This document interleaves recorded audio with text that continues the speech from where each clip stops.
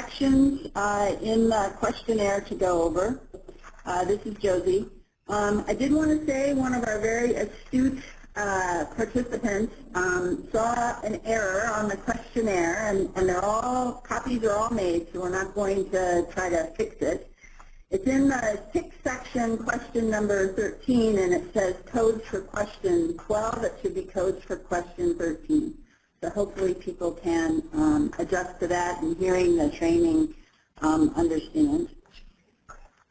So on the vaccination practices, this was a priority within the needs assessment. In previous NAHMS equine studies, we did try to capture which specific vaccines were administered to equine.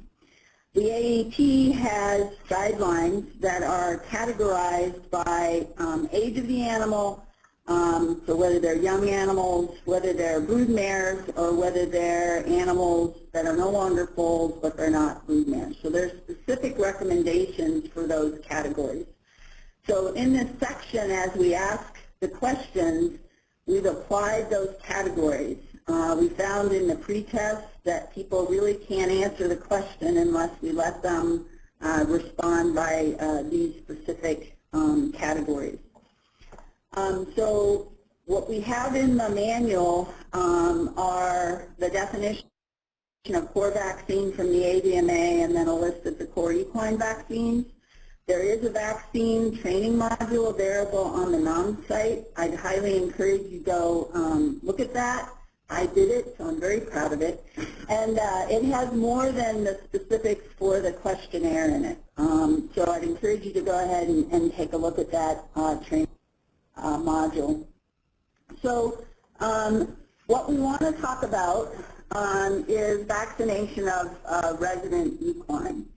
And if they don't vaccinate, there's a lead-in question, then much of the specific information that we're asking about you're going to skip because they didn't administer or have any equine vaccinated. When we get to the categories I just mentioned, equine 1 year of age or less, brood mares, and equine over 1 year of age that are not brood mares, we want you to ask that question whether on their current inventory today they have any animals less than a year or not. They may have had some in the previous 12 months and those resident equine are no longer there. So we need you to at least ask by the 3 categories, and they may give you a look like Martin said, why are you asking that? I don't have any brood mares. Well, they may have in a previous time period that we're referring to. So we're asking about these vaccination practices in a previous time period, and they're not necessarily just for the equine that are there the day that you administer the questionnaire. We also want you to ask all of the listed potential vaccines. So what we've emphasized in the questionnaire are vaccines that are licensed for use in equine in the United States. But there are some vaccines in the list that we know are given to equine, such as the canine Lyme vaccine, and we do want to capture that even though it's extra label use of that particular product. One thing as you go through the list of vaccines is to recognize that some respondents are going to say, we give everything. They just want to say, well, we give everything. And I can pretty much guarantee you that no equine gets all of the vaccines in the list. So we really need you to read each listed vaccine under each of those categories by age, brood mare, and over a year of age and not a brood mare. If you check all the boxes, we essentially don't use that questionnaire because we know it's not a correct data, because they're not going to have given all of the vaccines that we list in the questionnaire. We also want to point out that there's an option to say, and this is really at operation level for these age groups, that we feel like even on facilities where the respondent maybe doesn't own all the equine, there may be a premises level requirement for vaccination, so they would be able to answer this for some of the equine, but not all of the equine.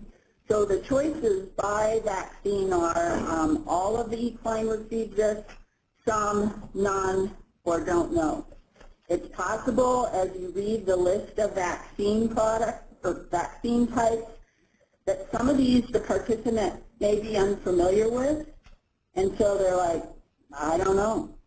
And so that's why we put that potential response in, because for some of these, they're not going to be able to say no. They're not going to be able to say yes. They're just going to say, I don't know. To answer in the more specific categories, it may be necessary for them to have their veterinary bill available so that you can see what vaccines were given or which vaccines they specifically purchased. In the manual, we have information about the non-EHV vaccines. So we have in the first column the brand name of the vaccine, the true name of the vaccine, meaning what it's meant to protect against, and the manufacturer. So as you look at some of these bills from the veterinarian or the feed store or whatever, it may list the products, and you as a VMO may not know what's in that particular named product, but this is a way for you to decipher what we're asking about, which disease it's meant to protect against. Recognize that in equine, and this is in the module, that many of the vaccines contain multiple antigens, not just one. In the past, we were able to say, well, if it was a three-way, these are the three antigens in that vaccine, or if it was a four-way or a five-way. Now, I really can't tell you. They say they gave a three-way. I can't tell you what's in it because the companies have come up with multiple different combinations of multivalent vaccines. So we really need the participant to know which disease the animal was vaccinated against, or we need to get the product name so we can see what would be contained in it. And that's why we've provided the lists that are in the manual. And I will open this for questions when we get to the end here. One thing to point out in the list of vaccines, when we ask about herpes virus and whether they were vaccinated against herpes virus, that many equine owners are going to know that as a rhino vaccine because the respiratory disease is called rhino, and we actually include that in the questionnaire. But there's now a rhinitis vaccine, and the rhinitis vaccine is not containing rhinovirus. It contains rhinitis A virus, and they're different. So rhino is herpes virus, rhinitis is a different virus, and there's now a vaccine for that. So we point that out in the manual, but I think that's really important as you go through the list to keep in mind. We also, just to point out, the Equine pseudo-TB vaccine, as far as I know, is not currently on the market, but it has been on the market in the previous 12 months. So we are asking the question, and there's also the possibility for some of these diseases that they may have used an autogenous vaccine. Particularly for that disease, some operations use an autogenous vaccine. The next section, after you go through the three categories, so less than a year of age, brood mares, and over a year, and get responses to each of the listed diseases, we ask reasons for not vaccinating. And we ask that by certain types of vaccine, because we want to try to capture the reason that certain products aren't being used. And so that's question B8. Then within the needs assessment, learning more about EHV and its control was a priority. So in question B9, we're asking more specifically about EHV vaccine, the frequency with which it's given, and also the specific product. So with the questionnaire, you have a colored copy of the EHV vaccines, and I want to say there's 25 or 26 products on the market that actually contain EHV as an antigen. And I have to say I was truly amazed as we developed that product list that there were that many vaccines to try to vaccinate against that disease. So I think those are the highlights on the vaccine section. Again, I always taught my students this, never to accept the answer, I vaccinate against everything. We really need to probe and find out which specific products they're using. And we acknowledge that some people aren't going to know, and that's the reason for the don't know choice. So with that, Tim, I think it's still Tim, on the vaccination section, I'll go ahead and tell people they can hit #2 to verbally ask a question, or they can type in a question. #2 to ask questions, make comments. And we have received our first caller in the queue. Tom, your line is now open. Go ahead, Tom. Yeah, hi. So, yeah, can you hear me? Yes. Okay. So I'm still a little fuzzy on this, because if horses are present, I take it you only want them to consider vaccinations they actually know about, and not, for example, a boarding situation where they wouldn't know what vaccines that particular horse actually has unless they were actually administered on their premises. Is that the way I'm understanding it? Right. So you're going to set up the interview with the person that's most able to talk about the management of the equine on the operation. And so for boarding facilities, that's very likely the boarding facility owner. That owner of the boarding facility may have their own horses that they know the medical management on. And so for that particular situation, and they know they vaccinated against certain diseases, you're going to pick the some, but not all, because they don't know for the remainder of the equine.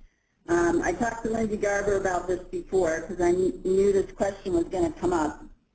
Those horses are going to represent the other horses on the operation, and we're going to know that it's only some that we know the answer for.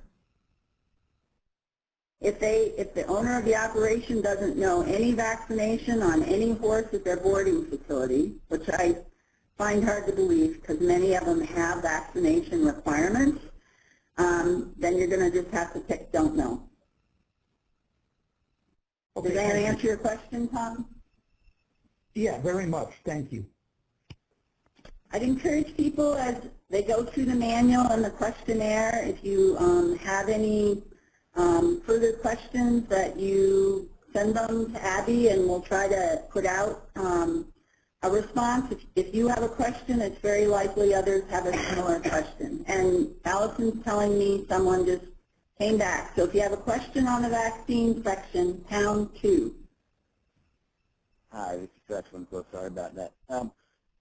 The list of vaccines, I think that nearly every one of them, with some exceptions, in order to be protected, require a booster at primary immunization. Is there any way that you have worked out whether these horses have been properly vaccinated or just vaccinated? Because I think it's not uncommon for horses to never get that booster vaccine the first time around.